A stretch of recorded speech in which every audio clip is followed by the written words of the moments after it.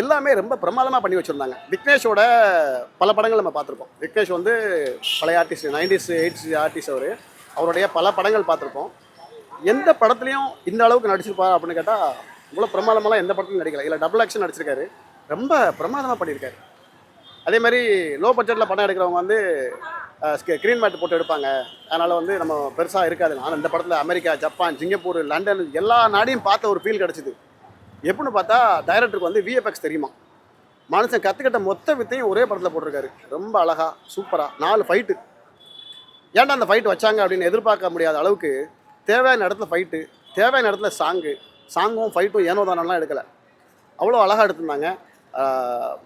படத்தில் கொஞ்சம் கிளாமர் இருக்குது, அந்த கிளாமரும் கதைக்கு தேவையான தான் இருக்கும் ஒழிய படம் ஓடணும் அப்படின்றதுக்காகவோ இல்லை யாரும் முகம் சொல்லிக்கிற அளவுக்கோ கிளாமர் கிடையாது. படம் நல்லாயிருக்கு.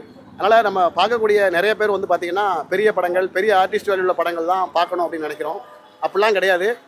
சின்ன சின்ன ஆர்டிஸ்ட், புதிய இயக்குநர்கள் இயக்கி சின்ன சின்ன ஆர்டிஸ்ட் நடித்து வரக்கூடிய படங்களும் நல்ல கதையம்சத்தோட படங்கள் வருது. ஆனால் நம்ம அதையும் மிஸ் பண்ணக்கூடாது. உண்மையிலே நான் இன்றைக்கி அந்த படத்துக்கு டிக்கெட் கிடச்சி இந்த படத்தை பார்க்காம விட்டுருந்தோம்னா ரொம்ப ஃபீல் பண்ணியிருப்பேன். ஒரு நல்ல படத்தை மிஸ் பண்ணிட்டோம் அப்படின்னு சொல்லி நான் ஃபீல் பண்ணியிருப்பேன். நான் பண்ண அதே ஃபீல் நீங்களும் பண்ணாமல் இருக்கேன்னா ரெட் ஃப்ளவர் படம் இன்றைக்கி ஒரு பிரம்மாண்ட படம் ஓடிட்டுருக்கு, அதே தியேட்டர் தான் ஓடிட்டுருக்கு.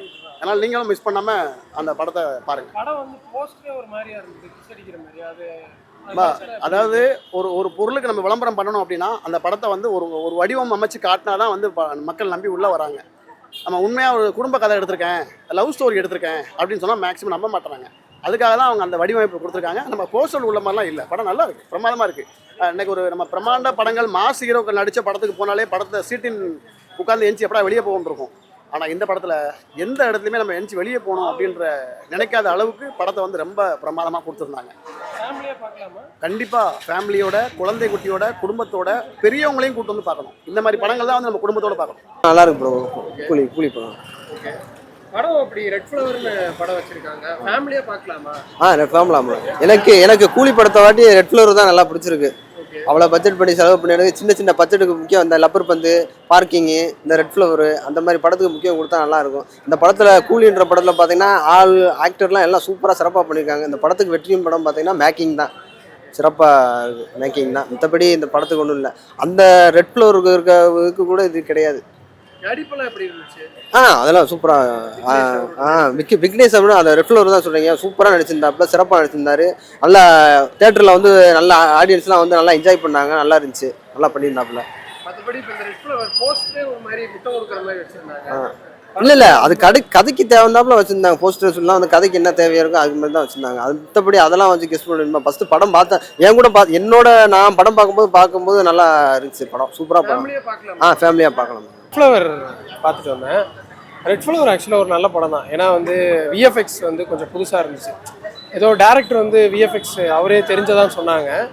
அதனால அந்த படத்தில் நிறையா விஷயங்கள் புதுசாக காட்டியிருந்தாங்க. எப்படி சொல்கிறது, லோ பட்ஜெட்டில் ஒரு நல்ல விஎஃப்எக்ஸ் காட்டின மாதிரி இருந்துச்சு. மற்றபடி இந்த படத்தில் நடித்த ஆக்ட்ரஸ் விக்னேஷ் அவரை வந்து எல்லாருக்குமே தெரியும். ஆக்டர் ஹீரோ வந்து பார்த்திங்கன்னா நம்ம பார்த்துருப்போம், இந்த தாமரை பூவுக்கும் தண்ணிக்கும் அந்த பாட்டில் நடித்தவர். ஸோ இந்த படத்தில் வந்து அவரோட ஆக்டிங் ரொம்ப நல்லா இருந்தது. ரெண்டாவது ரொம்ப நாள் கழித்து பார்க்குறோம் மறுபடியும் ஸ்க்ரீனில். ஸோ ரொம்பவே நல்லா பண்ணியிருந்தாங்க. படமாக வந்து அவருக்கான ஒரு கதையாக இருந்தது. ரெண்டாவது ரெட் ஃப்ளவர் அப்படின்றது வந்து ஒரு ப்ராஜெக்ட் பேஸ் பண்ண ஒரு கதை. ஏன்னா நிறைய பேர் ரெட் ஃப்ளவர் அப்படின்னா நார்மலாக என்ன நினச்சிக்கிறோன்னா இது வந்து ஏதோ ஒரு காதல் படம் அப்படின்னு நினச்சிக்கிறோம். பட் ஆனால் அது ஒரு ஆர்மி பேஸ்டான ஒரு படமாக இருந்தது. அதை தாண்டி வந்து இந்த படத்தில் வந்து வேறு என்ன சொல்கிறாங்க அப்படின்னா ஒரு ப்ராஜெக்ட் ரிலேட்டடாக இந்த படம் கொண்டு வந்ததுனால இது கொஞ்சம் புதுசாக இருந்துச்சு. ரெட் ஃப்ளவர் அப்படின்றது ஒரு ப்ராஜெக்ட் அப்படின்ற மாதிரி கொண்டு வந்திருந்தாங்க. படம் வந்து லேக் அப்படின்றது சொல்ல முடியாது. ஏன்னா படம் வந்து ஸ்லோ அப்படின்ற எல்லா படமுமே ஒரு ஸ்லோ பேஸ்டு மூவியாக தான் போகும். ஸோ அப்படின்போது ஒரு ஸ்லோவான ஒரு நல்ல ஒரு படமாக எனக்கு தெரிஞ்சது. ஏன்னா ஸ்லோவாக போய் அதுக்கப்புறம் கதை பிக்கப் ஆச்சு. அதை தாண்டி இந்த படத்தில் வந்து சாங்ஸு நிறையா வந்து எப்படி சொல்கிறது, ஒரு படத்தில் போஸ்டர் பார்த்துருப்பீங்க. ரெட் ஃப்ளவர் அப்படின்னு சொல்லும்போது 2 பேர் கிஸ் அடிக்கிற மாதிரி ஒரு போஸ்டர் போட்டிருப்பாங்க. ஸோ பட் ஆனால் இந்த படம் வந்து அந்த மாதிரி போர்ஷன்ஸ்லாம் இருக்குது. ஏன்னா நம்ம யங்ஸ்டர்ஸை கவர் பண்ணுறதுக்கு பண்ணியிருக்காங்களான்னு தெரில. ஒரு 2 பாட்டு ஒன்று இருக்குது. அதில் கிட்டத்தட்ட நிறையா கேர்ள்ஸ் தான் ஃபுல்லாக பர்ஃபார்மன்ஸ் பண்ணுறாங்க. அது மேபி ஜென்சிக்கு கவர் பண்ணணும் அப்படின்னு நினச்சி பண்ணியிருப்பாங்களான்னு தெரில. பட் ஆனால் என்னை பொறுத்த வரைக்கும் இந்த மாதிரி ஒரு ஆர்மி படத்தில் அந்த மாதிரி ஒரு கண்டென்ட் தேவைப்படலை. பட் இருந்தாலும் அந்த பாட்டு வந்து ரசிக்கும்படியாக தான் இருந்துச்சு. ஓவரால் இந்த படம் வந்து ஃபேமிலியாக பார்க்கலாம். பசங்களா ஜாலியாக போனால் ஜாலியாக பார்த்துட்டு வரலாம். அவ்வளோதான்.